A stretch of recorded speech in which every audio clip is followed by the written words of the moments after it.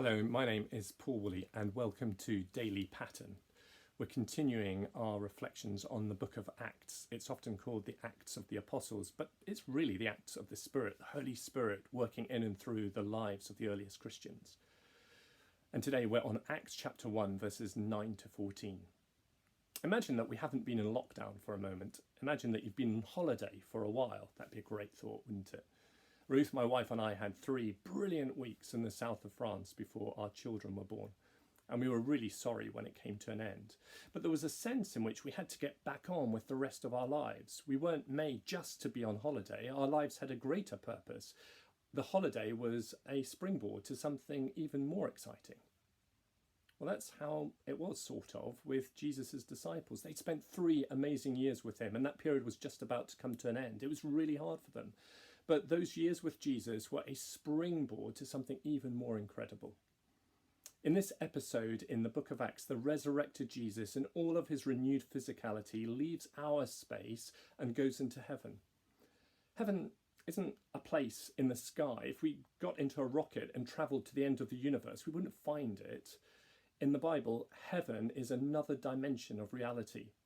Heaven and earth are 2 halves of God's creative world. Now, not 2 separate halves, but 2 interlocking dimensions, 2 interlocking spheres of God's reality. The words heaven and earth are shorthand for God's space and our space. Luke reminds us that Jesus was taken from the eyes of his disciples and hidden by a cloud into God's space. What does that remind us of?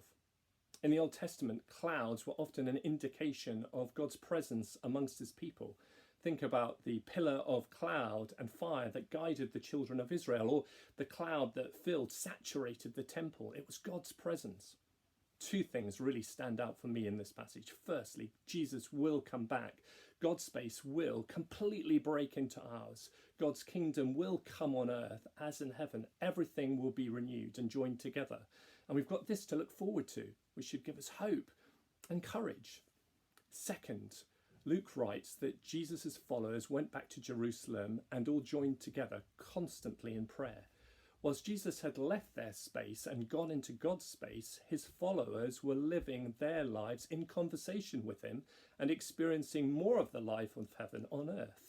That really becomes clear in chapter 2, when the Holy Spirit is poured out on everyone.